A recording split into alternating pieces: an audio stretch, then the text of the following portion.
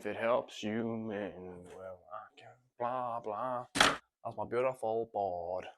I gone and done a thing. You can't exercise your way out of a bad diet. It's said often. People say they know, but in my day-to-day, I'm not seeing people believe. So today, I'm gonna make you believe.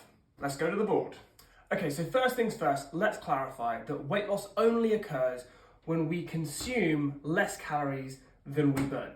So with that in mind, let's look at what we can do about the calories that we burn. This whole thing here is what we'd refer to as TDE, or total daily energy expenditure.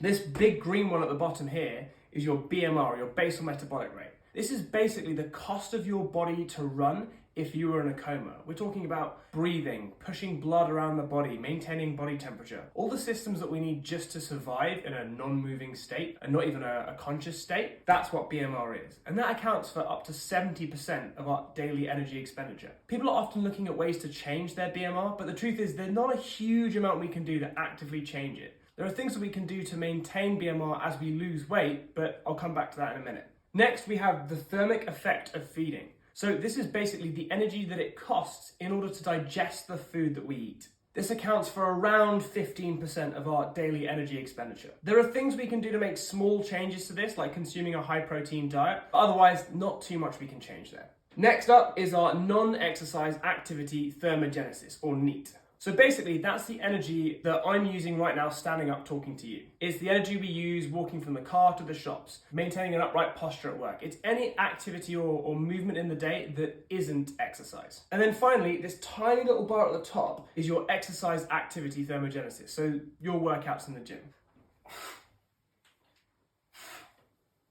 This will account for between 5 and 10% of your daily expenditure. Obviously, in this whole thing, that's the thing that we can change the most. For a start, some people don't exercise, so that might not even be a part of their energy expenditure. But again, we have to recognize what a small portion that is of the total energy out. So now we've looked at what we can do with energy expenditure, let's look at what we can do with the calories in.